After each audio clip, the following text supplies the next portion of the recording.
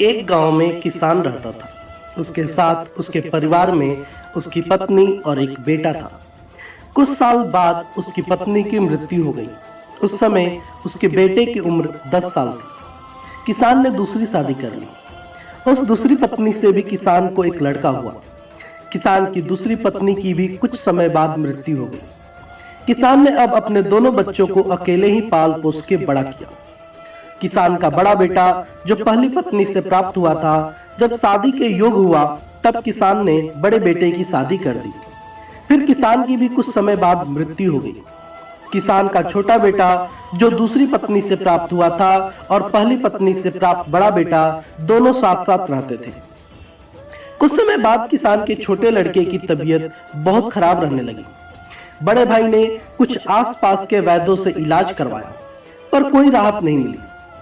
छोटे भाई की दिन पर दिन तबीयत बिगड़ती जा रही थी और बहुत खर्च भी हो रहा था। एक दिन बड़े भाई ने अपनी पत्नी से सलाह की, यदि ये छोटा भाई मर जाए तो हमें इसके इलाज के लिए पैसा खर्च नहीं करना पड़ेगा और जायदाद में आधा हिस्सा भी नहीं देना पड़ेगा। तब उसकी पत्नी ने कहा, क्यों न किसी वैद्य से बात करके इसे जहर दे दिया जाए। किसी को पता भी ना चलेगा और कोई रिश्तेदार शक भी नहीं करेगा। सब यही कहेंगे कि वो बीमार था और बीमारी से ही मृत्यु हो गई। बड़े भाई ने ऐसा ही किया। एक वैद्य से बात की कि आप अपनी फीस बताओ, ऐसा करना, मेरे छोटे भाई जो बीमार हैं उनको दवा के बहाने जहर देना है। वैद्य ने बात मान ली और लड़के को जहर दे दिया और लड़के की मृत्यु हो गई। उसके भाई भाभी ने खुशी मनाई कि रास्ते का कांटा निकल गया। अब सारी संपत्ति अपनी ही हो गई। उसका अंतिम संस्कार कर दिया गया। कुछ महीनों के पश्चात उस किसान के बड़े लड़के की पत्नी को लड़का हुआ।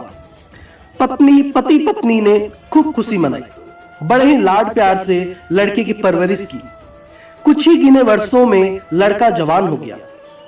उन्होंने अपने लड़के की भी शादी कर दी। शादी के कुछ समय बाद अचानक लड़का बीमार रहने लगा। माँ बाप ने उसके इलाज के लिए बहुत वैद्यों से इलाज करवाया। जिसने जितना पैसा मांगा दिया, सब कुछ दिया ताकि लड़का ठीक हो जाए। अपने लड़के के इलाज में अपनी आधी संपत्ति तक बेच दी, पर लड़का बीमारी के कारण मरने की कगार पर आ गया। शरीर इतना ज्यादा कमजोर हो गया कि अस्थित पिंजर ही शेष रह गया।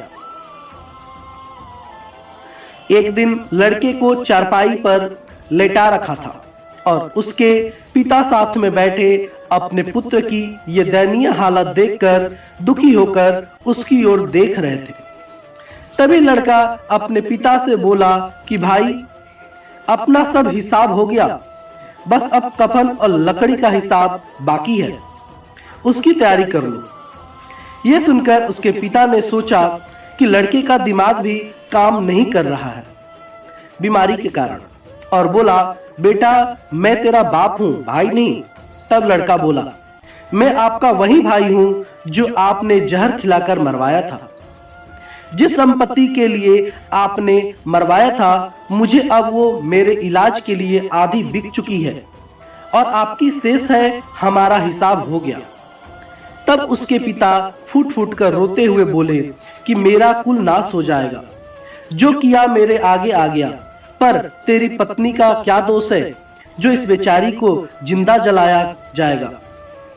उस समय सती प्रथा थी जिसमें पति की चिता के साथ पत्नी को जला दिया जाता था।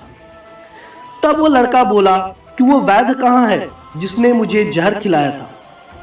तब उसके पिता ने कहा कि तुम्हारी मृत्यु के 3 साल बाद वो मर गया।